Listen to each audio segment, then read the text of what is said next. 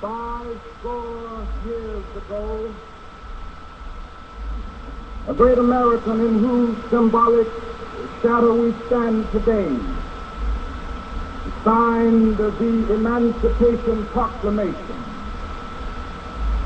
This momentous decree came as a great beacon light of hope to millions of Negro slaves who had been seared in the flames of withering injustice. It came as a joyous daybreak to end the long night of their captivity. But 100 years later, the Negro still is not free. 100 years later, the life of the Negro is still sadly crippled by the manacles of segregation and the chains of discrimination. 100 years later, the Negro lives on a lonely island of poverty in the midst of a vast ocean of material prosperity. 100 years later,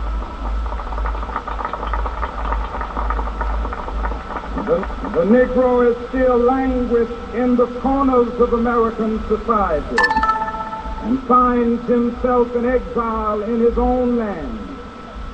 And so we've come here today to dramatize the shameful condition.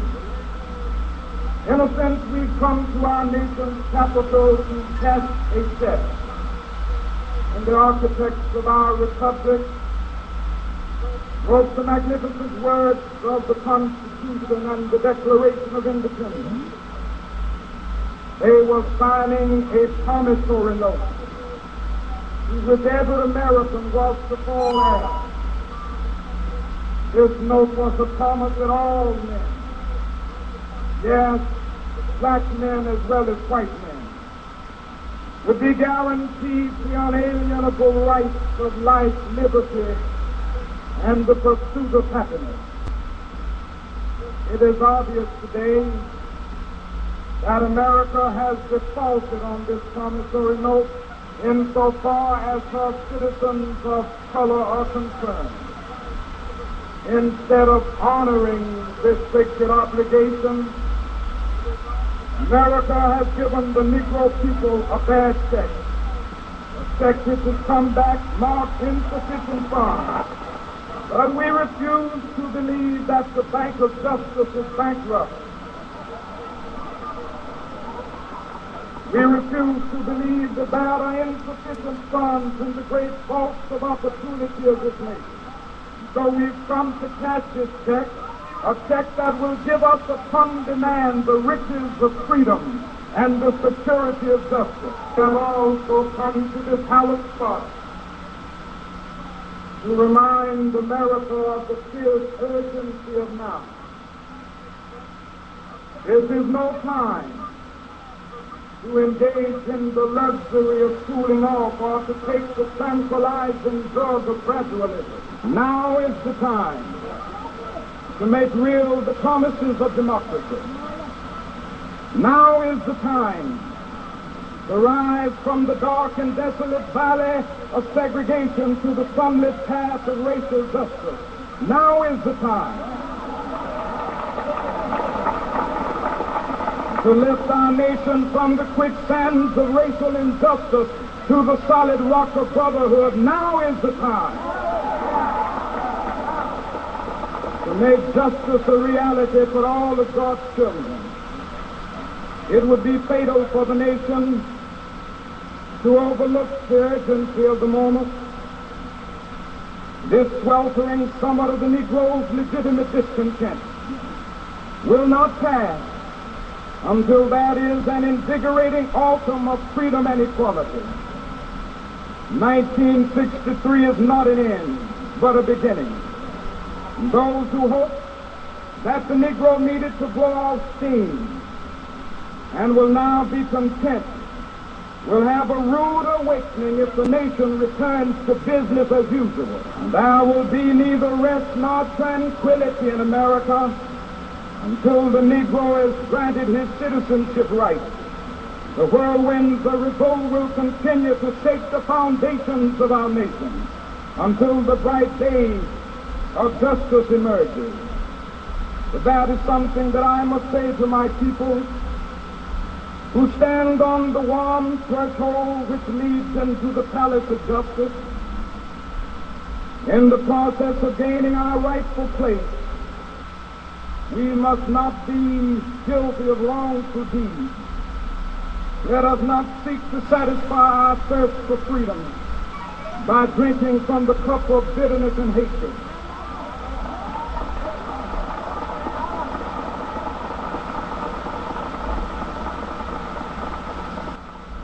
We must forever conduct our struggle on the high plane of dignity and discipline. We must not allow our creative protest to degenerate into physical violence. Again and again, we must rise to the majestic height of meeting physical force with soul force. The marvelous new militancy which has engulfed the Negro community must not lead us to a distrust of all white people.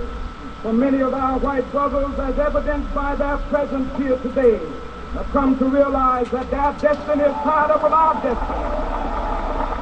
And they have come to realize that their freedom is inextricably bound to our freedom. We cannot walk alone. And as we walk, we must make the pledge that we shall always march ahead. We cannot turn back. There are those who are asking the devotees of civil rights, when will you be satisfied? We can never be satisfied as long as the Negro is the victim of the unspeakable horrors of police brutality. We can never be satisfied as long as our body is heavy with the fatigue of travel, cannot gain lodging in the motels of the highways and the hotels of the cities.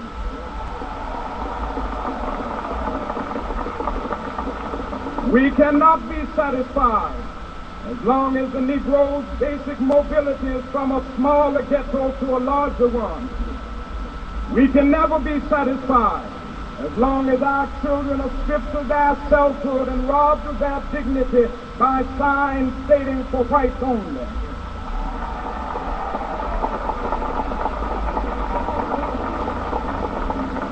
We cannot be satisfied as long as a Negro in Mississippi cannot vote and a Negro in New York believes he has nothing for which to vote.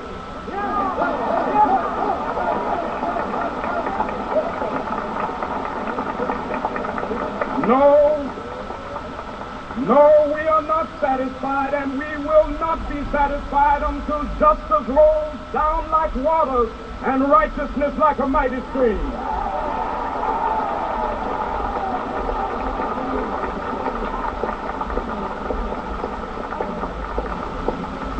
I am not unmindful that some of you have come here out of great trials and tribulations.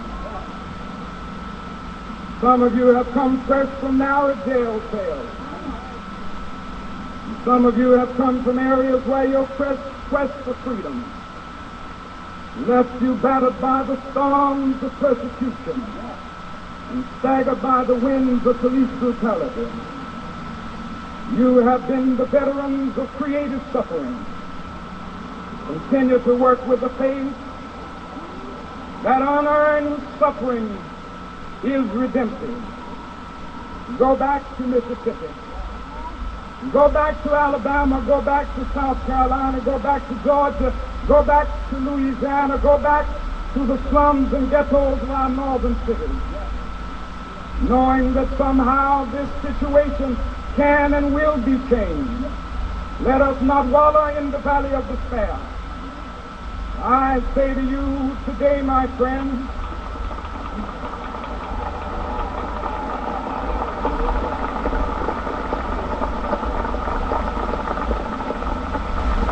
so even though we face the difficulties of today and tomorrow, I still have a dream. It is a dream deeply rooted in the American dream.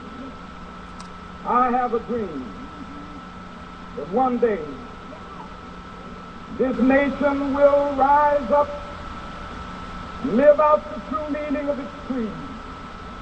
We hold these truths to be self-evident, that all men are created equal.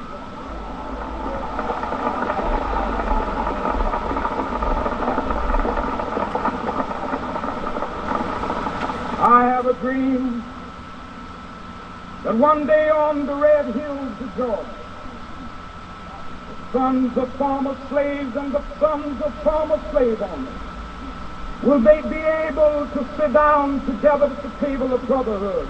I have a dream that one day,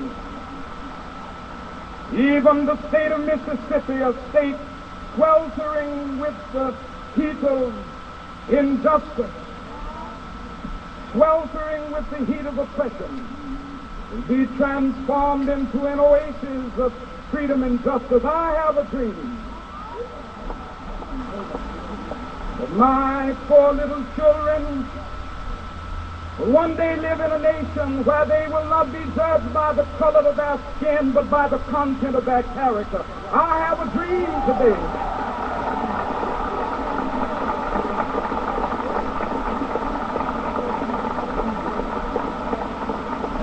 I have a dream that one day, down in Alabama, with its vicious racists, with its governor having his lips dripping with the words of interposition and nullification, one day right there in Alabama, little black boys and black girls will be able to join hands with little white boys and white girls as sisters and brothers. I have a dream today.